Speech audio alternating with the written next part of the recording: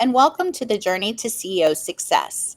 I'm your co host, Melissa Saunders, and I'm joined by Patrick Thean. He's an award winning serial entrepreneur, renowned CEO coach, and a best selling author recognized by the Wall Street Journal, USA Today, and Amazon. Patrick's latest book, The Journey to CEO Success, is a number one Amazon bestseller and the inspiration behind this podcast. Patrick, it's great to have you here. Welcome. Thank you, Melissa. It's great to be here today. We're thrilled to welcome Sasha Dichter, the co founder and CEO of 60 Decibels, a company that's transforming how organizations listen to customers and drive real social impact. Previously CIO at Acumen, he launched initiatives like Lean Data and Plus Acumen and led a successful 100 million capital raise. He's also a leading voice on generosity and social change. He's known for creating Generosity Day and the Manifesto for nonprofit CEOs. Please welcome an inspiring innovator in impact. Hi, Sasha. Hey, Melissa. Thank you. I appreciate that great introduction. Yeah, no problem. Hey, Sasha, welcome to our show, man. We've done more than 30 episodes. I'm not sure if this is our 34th or 35th episode, but we've covered a lot of great topics. And I'm so excited to talk to you today. So first, I want to thank you for making the time to being on the show with me. I'd love for you to take a couple of minutes and share about 60 Decibels. Tell us about your company and what do you guys do there and what are you passionate about over there at 60 Decibels? Yeah. So, what we're passionate about is listening to people. I'll start at the beginning. 60 decibels is the volume of a human conversation.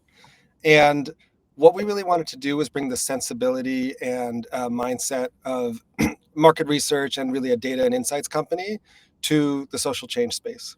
And so what we have been doing since the beginning is working primarily with investors, but basically anybody who's allocating capital anywhere in the world, but more of a focus on the developing world. There's tons and tons of companies that are companies that are trying to make someone's life better. So they're selling, solar lighting, they're giving somebody an affordable loan, they're doing a better hospital clinic. But up until now, it's been very difficult to understand in a way that works for entrepreneurs and works for investors if they're actually reaching the people they said they want to reach and if they're actually improving people's lives, which might be hard to believe, but that's the truth of the matter. And so 60 Decibels we created as a spin out in 2019 has been in the business of solving that problem. We work across more than 80 countries and just launched our SaaS product about a year ago, and it's going well. That's great. So how do you actually do that? Real briefly, I know it's complex, but real briefly, how do you actually do that? Briefly, we are, again, focused on talking to customers. So in the simplest way, if you had a company in Kenya that an investor had invested in, the investor hires us, we actually will speak to about 275 of your customers. We'll do a 15 to 20 minute interview, quantitative and qualitative, and ask them who they are. Do they like the traditional market research questions like net promoter score? Do you have troubles with the product? Have they been resolved? So those will be very familiar probably to your listeners. Maybe less familiar to your listener would be, do you have trouble repaying the loan? What are you using the money for? Are you still able to send your kids to school, more or less? Do you have more money to spend on healthcare? So it's all these kind of subjective questions to go directly to people and basically say, is this working for you? Our amplitude of is this working for you is more than do you like the product? Do you want to buy more of it? It's basically, do you like the product? Do you want to buy more of it? And how is it impacting your life? And we find that those things are actually all super connected, right? If it's not a great product, it's not going to make your life any better. That's right. But we are taking that a step further and really asking that question, trying to quantify it, try to standardize it, try to benchmark it, so that now with our data, which is something you couldn't do 4 or 5 years ago, if you wanted to look at one of those companies and say, what is a good standard for, does this loan create stress? Or what is a good standard for, because I have this loan for my business, I'm putting more food on the table, or I've got more kids going to school. We can actually tell you what good looks like for that metric. Whereas even when we started, it was like, well, we can't even get the metric. And so we know what standard and good looks like for operational performance and financial performance. What we're trying to do is say, here's the standard for social performance. Gotcha. Very good. Thank you. So let's talk about your journey. This podcast is to help CEOs have a more joyful and successful life. And I think lots of CEOs work really hard to have a successful life and sometimes too hard and they lose the joy in that process. So tell us a little bit about about yourself, about what do you find, like, how did this passion for social change, how did you catch this? And it clearly gives you a lot of joy, right? So tell us a little bit about that. Well, without taking the next whatever number of minutes we have, I think the short version of that is, I grew up being told stories of kind of the dumb luck that I had to frankly get to be born. My parents on my grandparents on my father's side were Holocaust survivors and the only ones to get out of Poland at the start of the Second World War. And I hear story after story from my grandfather about acts of kindness by people who put themselves at risk to protect them and to save them. My mother's family had emigrated also from Eastern Europe to Brazil, and I actually spent a lot of my childhood going to Rio, sitting in a nice apartment because my grandfather had been an entrepreneur himself and started a clothing store called Adonis of all things. But in Rio, you can be in a nice house and look out at the slums.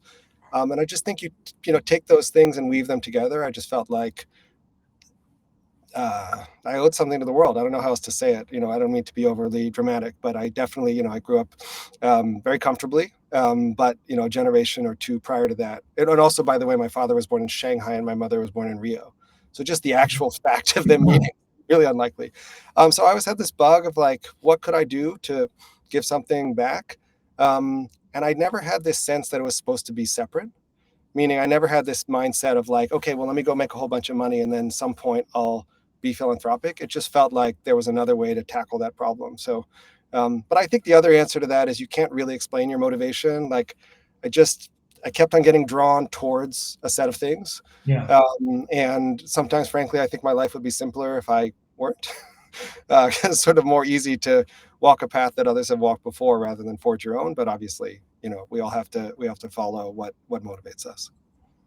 I take it that following your passion and doing this work brings you joy, right? And so that's, but and I wouldn't how should I put it? I wouldn't put too little into that. I think you're chasing. When I read your profile, I believe what's driving you is generosity. I think you want to, the generosity of people that have been around your grandfather, and like you said, you feel lucky to be alive, actually, because your grandfather survived, right? And so I hear you being touched by the generosity of people that actually, in many ways, regarding your life, they paid it forward for you, right? Right. They paid it Right. instantly for your grandfather, but it really paid it forward for you. You have the life that you have today. So I take it that that's really what that's why you want to give back. It is. And again, you mentioned in the introduction sort of the generosity experiment. I mean, most anything that I'm doing publicly is selfish. And what I mean by that is I'm finding a thing that's a gap between kind of my values and my own behavior. Yeah. So I don't think that I'm any paragon of generosity, for example. But I'm a real believer in acting in new ways to change my attitudes and my mindset Yes. and my own behaviors, right? Acting into new. So a lot of the things that I do is like, oh, here's a thing I'd like, I will see people who are models of certain things. And it could be generosity, it could be how to run my company, it could be how to coach people, anything. But I do think I'm very much on the lookout for, well, what does it look like when that not only someone's great at it, but when they do it naturally. And then from there, I'm like, wow, I spot that thing. Gosh, I wish I was a little more like that. I wish that came naturally to me. And then I think I can be pretty deliberate about, okay, well, the only way I'm going to do it is by doing it. And that's where a lot of my kind of thinking comes from on how do I become more effective, how to become happier, all those Yes. things. So you actively then change your behaviors. What I just heard you say, or my interpretation is you Yeah, actively then say, okay, if I want to be like this person or experience this, what do I have to do a little bit differently, or do what they do? So really, you're intentionally changing your behavior, right? You're saying these are 100%. 100%. And again, I think, self-knowledge is a powerful thing. I was never the kind of person who ever in my early, like all the way up to my 30s, had an idea of the job I wanted to have. But I think sometime along there and further along, I started to understand what comes naturally to me. And so I grew up in a family of musicians. Both my parents are classical pianists. I played the piano really seriously. And so a thing that comes natural to me, I mean, I used to play the piano 2, 3, 4 hours every single day. which was the least anybody in my house was practicing. But the idea that I'd wake up and decide and, wake up and every day it's like, whatever I'm doing this day, that's the thing that I need to do. I think that is a thing I am very good at. And so then it is easier for me to say, okay, well, this month I'm going to focus on this behavior or this action or whatever else it is and kind of do it and stick through it. And so it comes from that self-knowledge. But I think as much as I'm not potentially great at any of these new things I'm trying to do, the discipline to do the things comes pretty naturally to me. And that's, like similarly, I read a blog. Almost every observation on that blog is, here's the thing I'm working on. Maybe you're working on it too. And basically trying to motivate people to be reflective and to see themselves as people who can keep on changing and evolving. And that is something I feel really strongly about. I met with a change management expert very recently, and what she shared with me was that what really leads to change is your behavior. Is you choose to actually do different things. So you have to choose your behavior. But secondly, she said, when you start changing, you should notice a change in your vocabulary. Huh. She said your words actually would be different. So I don't know if you do that or not. I don't know if you do that intentionally. But I have noticed when she said that to me, I was like, oh my goodness, I have noticed that about myself too. That when I adopt certain things, my language begins to change. Right. And so now I'm doing it a little bit more intentionally as well. I'm saying, okay, well, if I want to go do this, then I learn more about that actually, and then it changes my vocabulary. So yeah, fascinating. I'd never heard that, but what it makes me think about is, so I have learned a few foreign languages, and I find the way that I learn foreign languages is really by mimicry more than anything else. Like I'm not particularly great at memorizing lists of words, but I can listen to people and kind of sound like them. Yeah. And I find that even just like I speak Spanish, for example, I learned it in Spain. When I stand in front of a Spanish person, my very Spanish accent comes out. When I stand in front of a Colombian person, kind of less so. And I think what you're saying, really gets to how the brain is wired, right? I think what you're talking about is I'm paying attention to a new set of things, almost as if that Spanish speaking person is standing in front of me. That makes my brain process information in a different way. And so different words, different actions, different, right? And so to me, it all starts with, what are you noticing? And, our brains are massive filters of information. And so this choosing around what we're actually going to lock into of the millions of data points that are coming in, that's, I think, what's going on there first, unconsciously, right? Yes. And then so from there, you're like, okay, I'm thinking about doing this more. Even that holding of that thought is already changing what comes into us and how we react to, and then how we process it. So I've not never put those two things together. I love that. Yeah. Hey, so tell me about your generosity experiment. You said that for 1 month you said yes to every request for help. I find this fascinating. I have a friend actually so I'm 61 this year, and my buddy is a couple of years older than me. And so recently, he shared with me that he and his wife decided that he wouldn't say no to anybody. And I said, what? I said, why would you do that? He said, because he felt that as he was getting older, older people don't want to do things.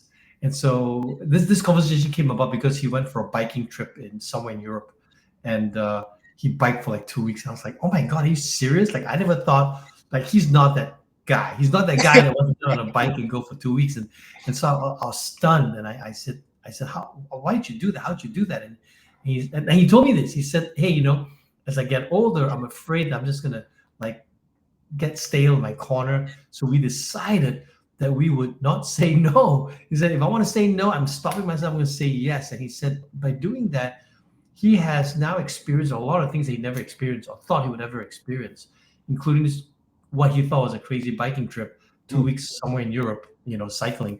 So tell me about your generosity experiment. It sounds similar a little bit to what my buddy did. Yeah, similar. I mean, this is a while ago because I remember how old my kids were, and my oldest is now 21.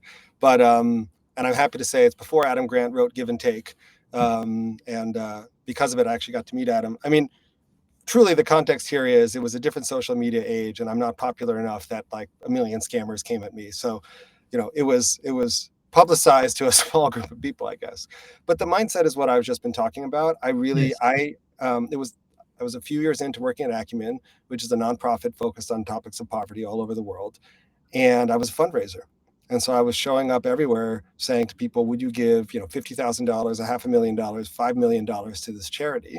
And I was watching it's a pretty profound thing to give at that level philanthropically. So I was watching people go through that process, and I sort of felt like a hypocrite because I didn't really feel like I was particularly, I didn't have the financial means to be giving a lot of money, but I didn't think my orientation was actually aligned with how I was asking other people to show up. And again, anytime I see a gap between what I expect of others and what I expect of myself, I think that's a problem.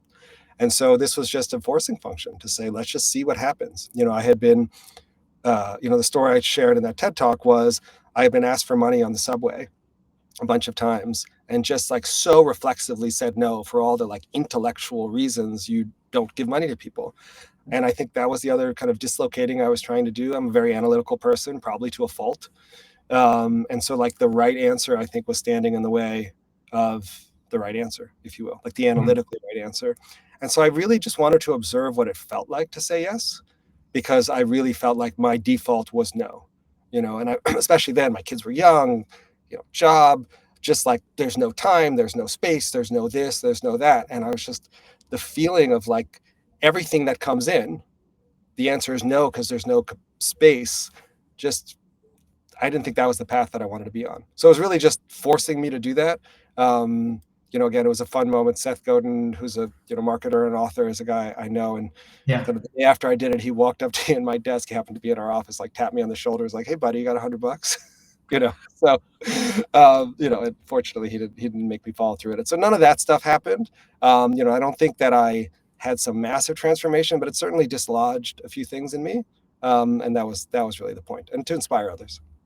Well, I was inspired by that story, and I do think that all of us need to do some things which are a little bit different to kind of jog our brains.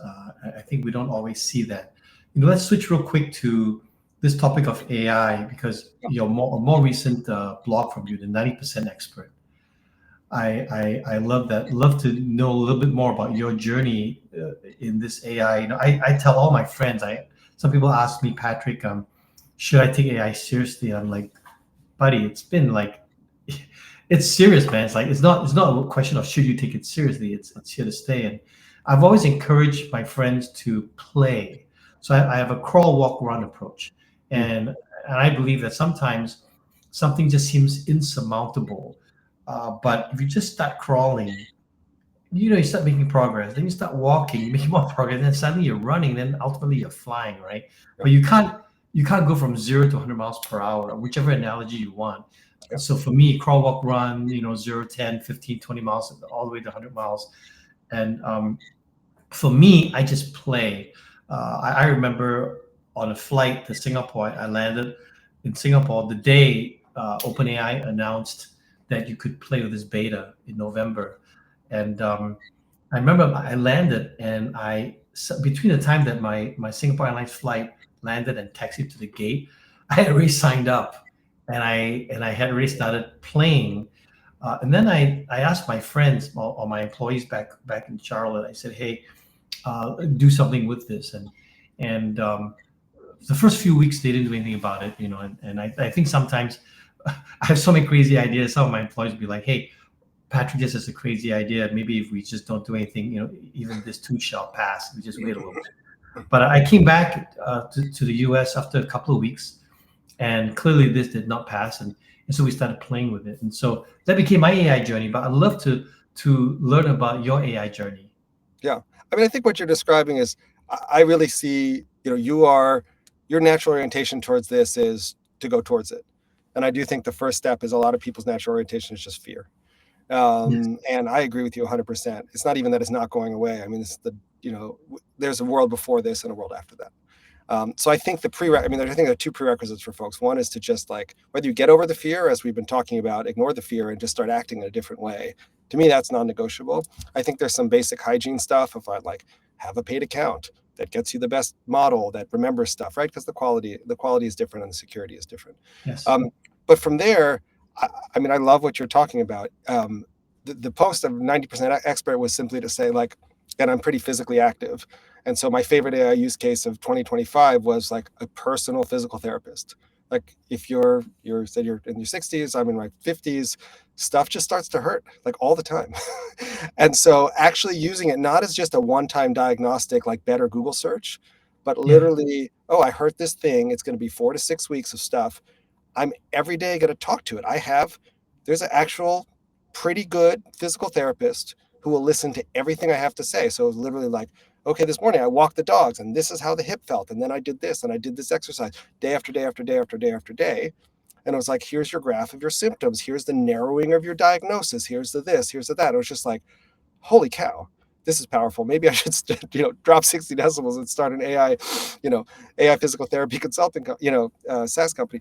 But so I think that notion of like, I just want to tell stories to people of like, forget AI, which might make you feel queasy. If you had Yeah. access to a world-class physical therapist, a world-class chef, a world-class vacation planner, any aspect of your life, that's what you have.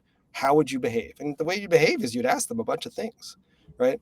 And then I think from there, again, I think it's a habit. Oh, here's a thing that I need to do.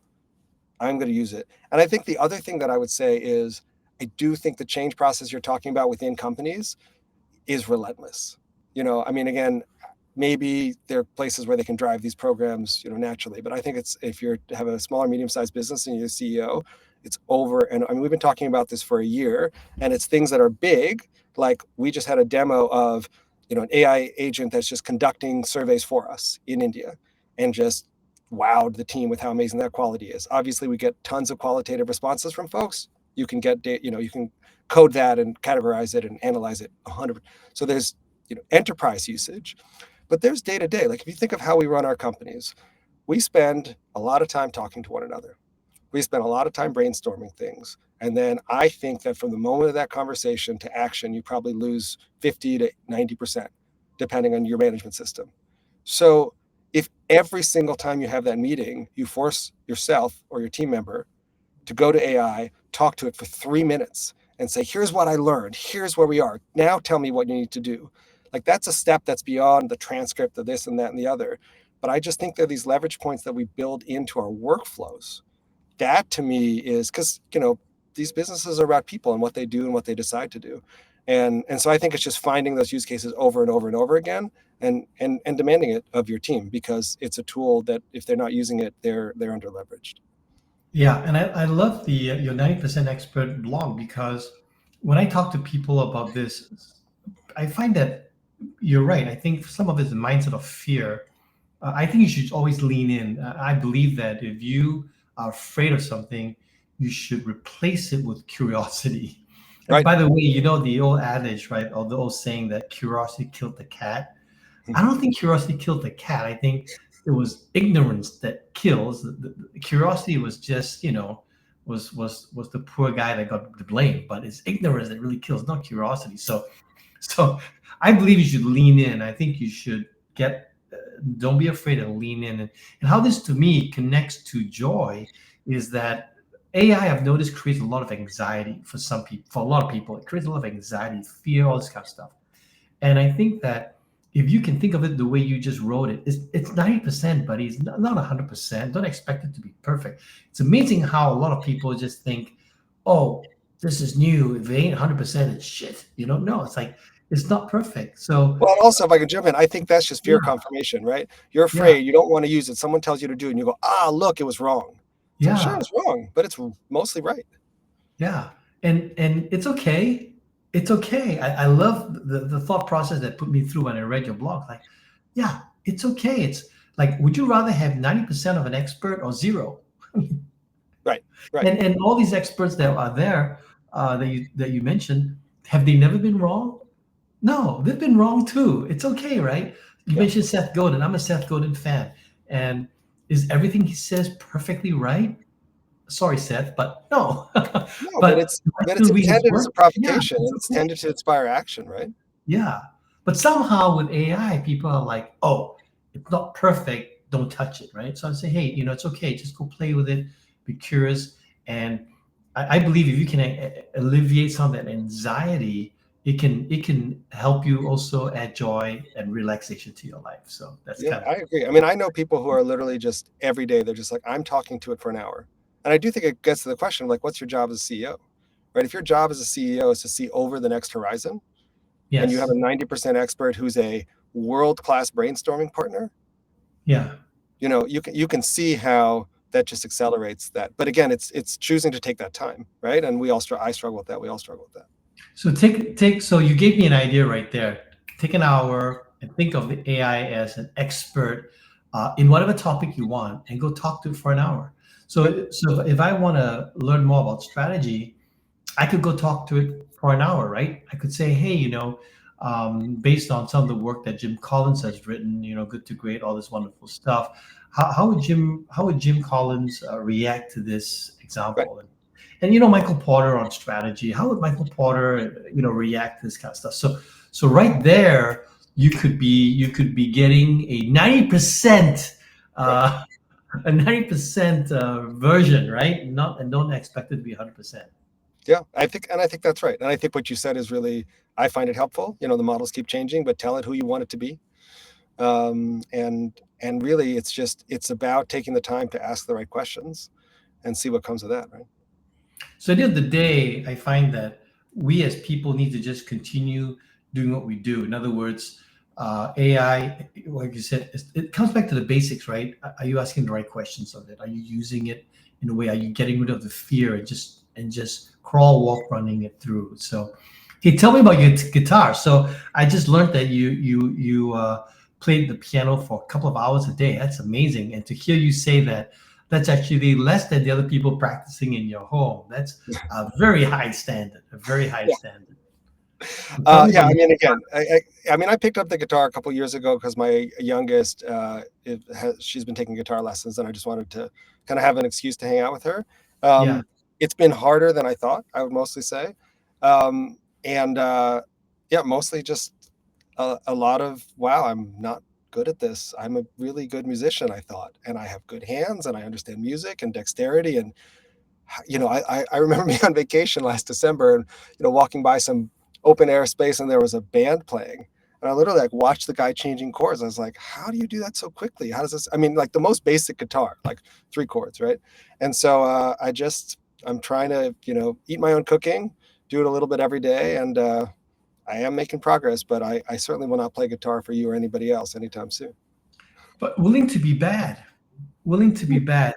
So I think that also stops people from trying new things, and because they're afraid to be bad. And Mm. now I tell my friends, look, how do you expect to be great? Like, it's you need 10,000 practices to be great, right? So how do you expect to be great? How do you expect to go from 0 to 100 miles per hour, right? But it's interesting, right? And I think that's the point, right? For many things, like for me as a pianist as a kid, or school, or whatever else, like a lot of the skills that we acquired that define who we are was at another time in our life with another external pressure on us to say, okay, you got to go do this thing. And so whatever the thing was, everybody got really good at a set of things. But as adults, I think the reason that I think the discomfort point is really important is I think people watch people who are good at stuff, or who are getting good at stuff, and think that it's like fun. All the way up, and it's not. I mean, it depends on your personality. For my personality, like being really bad at something, I don't enjoy it as much as being good at something. I got to acknowledge, that's maybe another thing for me to work on. Maybe I just need to be in the moment more. So, now I try most days to play the guitar, 15, 20, 30 minutes. And a lot of the time it sounds bad in the beginning. I mean, guitar specifically with steel strings, like hurt my fingers a lot. It's like literally I'm going to spend a half an hour in physical discomfort. But I think that's the point, whether it's physical discomfort or Yes. psychological, emotional discomfort. It's like, if I got to get to 10,000 hours, it's like, okay, well, I'll just have time. Well, if the first 1,000 are really kind of unpleasant, it's a different mindset of like, okay, how committed am I really? Because, the easiest way for me to think about this is like running, right? Like there are people who think of themselves as runners and don't. And if you're a not runner and you go for a run for a mile, I mean, it's awful. Like the person who's running 10 doesn't feel awful the whole time, but you got to get through the awful stage. And I think the awful stage can last a long time. So Yes. to me, it's just this mindset of like, the feedback that this is not going well or is unpleasant is kind of meaningless. It doesn't tell me anything about me as a person, whether this will ever work. It's just the way it's supposed to be. And I think Mhm. whatever new thing you're learning, again, I'm thinking about languages. Like I thought of myself as good at languages, and then I was in Indonesia for a while, and I eventually learned to speak kind of passable Indonesian for a little bit. But for the first month, I was like, I'm a good at language person. So why am I so terrible at this? This is awful, you know? And so it's just, I think one is recognize it, but then I think it's discipline to just say, okay, I'm just going to do it a little bit every day. Do I really believe if I did this a little bit every day, that in 6 months, I'll be exactly as bad as I am now? Probably not. Right. That's right. But I think acknowledging, I don't hear people talking as much about what it feels like to go through that kind of trough. Because the trough comes from your expectation. Like, oh, I'm going to be a guitarist. How hard could it be? You know, the answer is, it's kind of hard. And to me, the silent killer of change is expectations, right? And so it really is newer expectations around this is going to be hard, lower expectations around how quickly this is going to happen, because we all know the power of compounding. It's really easy to talk about in terms of money or math. It's really simple. But like, this is a compounding thing, but it takes a long time to compound. And I just think that reset to me is the unlock. And then it's like how you structure your time and your day and all that stuff. Cool. So I could talk to you forever, man, but it's time for me to ask you my final question. And this podcast is to help CEOs have a more joyful and successful life. So I ask this of all my guests, what is one advice you like to leave with our audience for them to have a more joyful and successful life? I mean, you warned me that this question was coming, and I think it's a tough one. I mean, I guess, everybody is different. I do think finding whatever forms that foundation for you is the question, right? And so for me, that foundation, like the non-negotiable for me is family, is kind of rest, active. Like, I need to be physically active, I need to be rested, and I need to have meaningful, strong connection with my family, and that they're kind of happy and healthy. That's like at the most foundational level for me, and I just have to be really mindful of it, and I have to be willing to make trade-offs for it, because if it really erodes, I kind of got nothing else left. Everyone's list is going to be different, but I do think that knowing what those things are and being willing to prioritize them at the expense of other things, that's what's worked for me. I think if you're also a CEO, like, I find compartmentalization is a skill I keep working on. I find it very difficult to not let the ups and downs of the business really be there 24/7. And I keep working on like letting it go for periods of time, because it's a big, hard undertaking and responsible for a lot of things. So, but again, work in progress, definitely. I'd love to hear what others have. I'd love to hear others' answers to the question. Thank you so much, Sasha.